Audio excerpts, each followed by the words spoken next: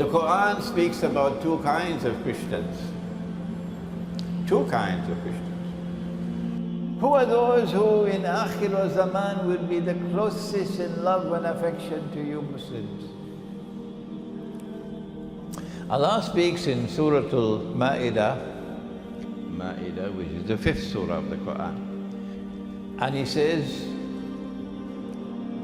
لَتَجِدَنَّ أَقْرَبَهُمْ مَوَدَّةً لِلَّذِينَ آمَنُوا الَّذِينَ قَالُوا إِنَّا نَصَارَى.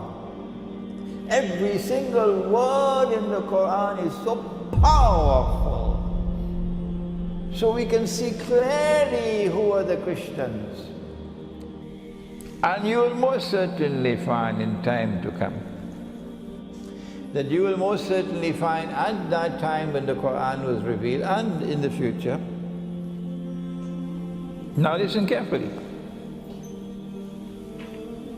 That there will be a Christian people in time to come who will be closest in love and affection for you, Muslims.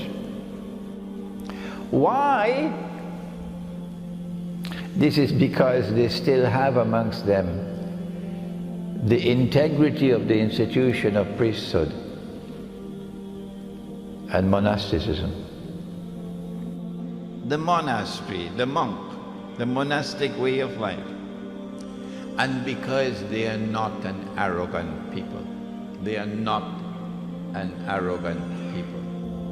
Who are they? Can we identify them? Which Christians is Allah speaking about? What is there in these Christian people? How can we recognize them? Is it the Roman Catholic Church or the Protestant Church? Which Christians is Allah speaking about? Allah gives us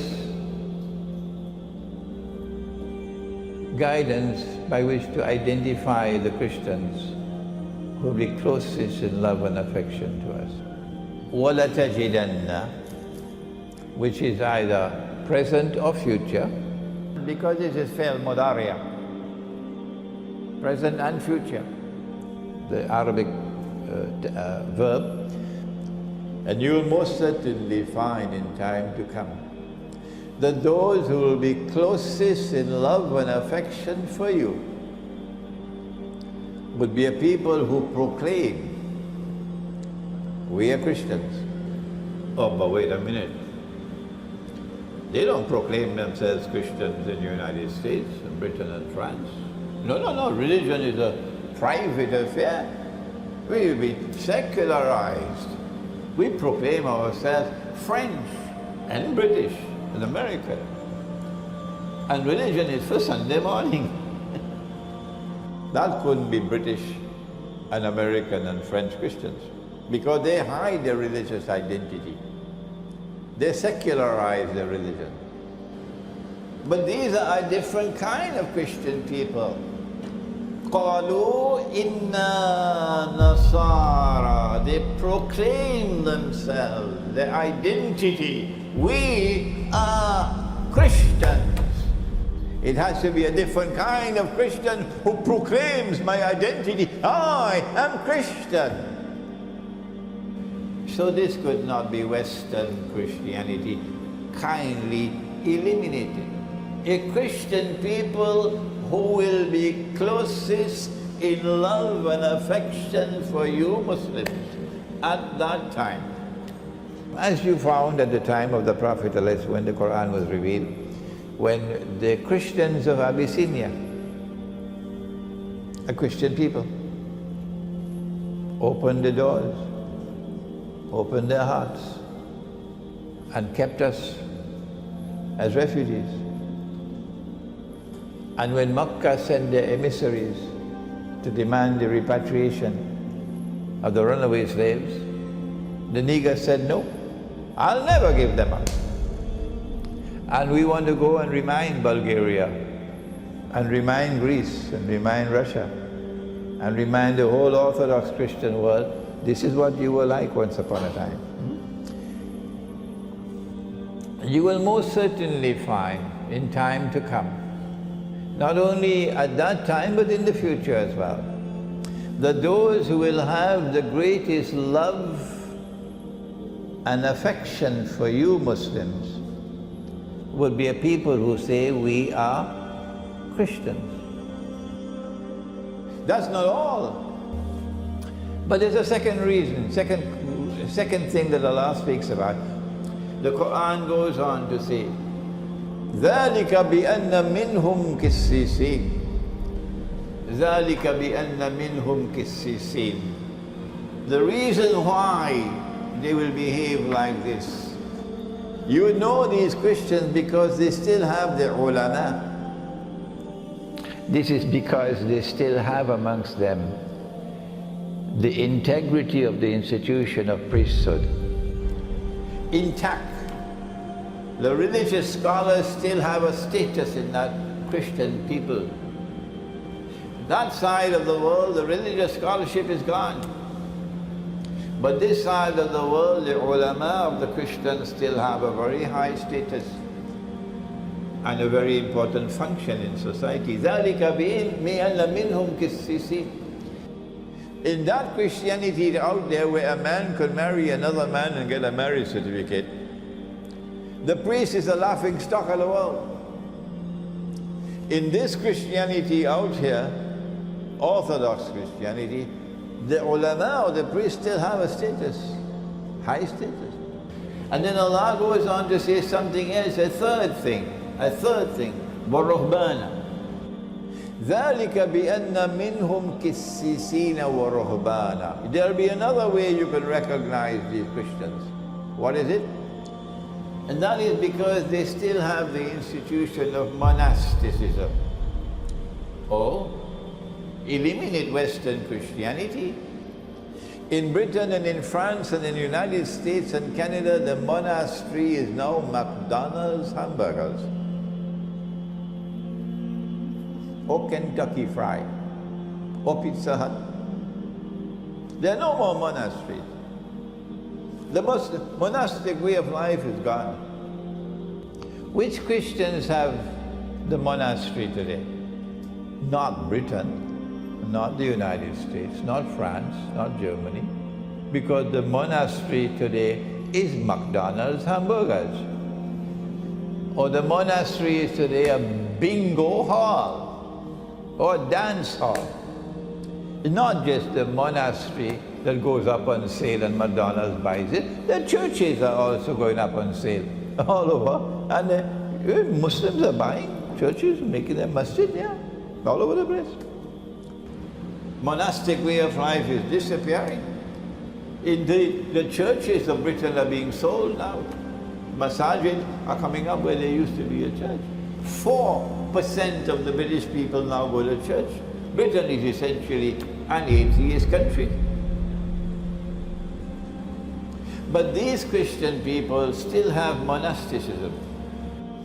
But in this part of the Christian world, the monk still has an important place. The monastic way of life is still treasured, which is why Kosovo is such a difficult problem. Because Kosovo is the heart of the monastic life of the Orthodox Christian. And the Ottomans knew that. And Bill Clinton knew that very well at Daytona. Oh yes, he knew it. They're devils. So this is the Christian who will be the closest in love and affection for you. Which Christian people is Allah talking about? So you have to look for a Christian people who are still holding on to the monastic way of life. Where are they? Who are the Christians who to this day are holding on to monasticism? Even if you perceive them to be hostile to you now because of past grievances, the Quran cannot be false. You can change their hearts and tomorrow they'll be the closest in love and affection to you. Yes. I hope Egypt is listening. So you'll identify them, you recognize them because of the institution of monasticism. And then Allah says a fourth thing about them. But one more thing by which you can recognize this Christian with whom you will make an alliance. وَأَنَّهُمْ لَا يَسْتَكْبِرُونَ وَأَنَّهُمْ لَا يَسْتَكْبِرُونَ. They're not an arrogant people. They don't want to rule the world. It's because they do not have arrogance stamped on their forehead. These are not Christians who want to get the whole world to become carbon copies of themselves. Huh? They're not an arrogant people who believe that they have a birthright of superiority and that the rest of the world are like cockroaches. They're only natives, and we have the burden to civilize the rest of the world. You can't study international relations and study the history of international politics without coming to face with this arrogance. The colonization of the rest of the world so that they can civilize the rest of the world. This is not Orthodox Christianity, not at all. When they launched their crusades, were they Christian crusades? Yes, it was a pope who launched them, but it didn't look at all like Christian crusades. No. Why? Because they were not only after Jerusalem, they had two goals they wanted. Number one was Jerusalem, and number two was Constantinople. Yes, they wanted Constantinople. They wanted Orthodox Christianity to bend its knee before Rome. And in one of the crusades, perhaps it was the third, they did succeed in conquering Constantinople. And they held it for 80 years. They had Hagia Sophia, the greatest cathedral of Orthodox Christianity, under their control for something like 80 years, until the Orthodox Christians were successful in throwing them out. But they treated the Orthodox Christians with contempt. So I don't think this can qualify as a Christian crusade or Christian jihad. It looks more to me like a European jihad rather than a Christian jihad. Christianity of the West, you know it. You know Christianity of the West? Very easy to recognize it. It is a Christianity which believes in a fellow with a very big beard. The only one allowed to keep a beard. Everybody else must shave off their beard. But he's allowed to keep his beard. Big, big white beard. And once a year he comes on a reindeer flying through the sky. Yeah. And he's in every shopping mall now, every shopping mall. This is the Western Christianity. And they celebrate their Christmas on December 25th, but not the other one. The other Christianity does not have Christmas on 25th of December. And the other Christianity is the one which still has monasticism. You can say what you want about them, but you cannot dispute the fact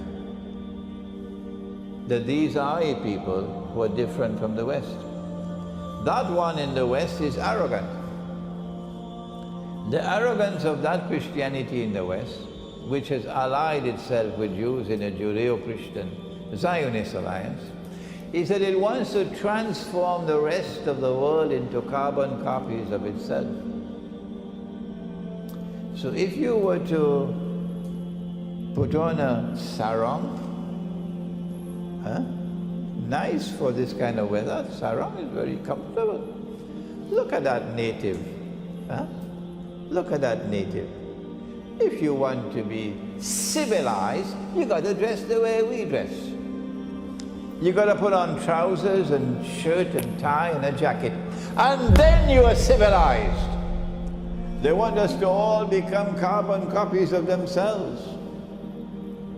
So if you serve me curry fish and rice that they eat with knife and fork and spoon and so on, and if we want to eat a nasi biryani and we wash our hands and eat, and I roll up my sleeve and I wash my hands, and like a good Malay, I eat with my hand, my fingers. That's the only way you could eat curry fish and rice. Huh? They say, what a barbarian he is. This is uncivilized. You should eat the way we eat, with cutlery. Yeah, curry fish and rice with cutlery. You must dress the way we dress. Take off that dirty beard from off your face. A civilized man is clean shaven. A civilized man wears a shirt and trousers and jacket and tie. I say that's arrogance. And there are many of you who say the same thing as that. That's arrogance. That people who when we want to do our numbers past urine and past stool, we go outside.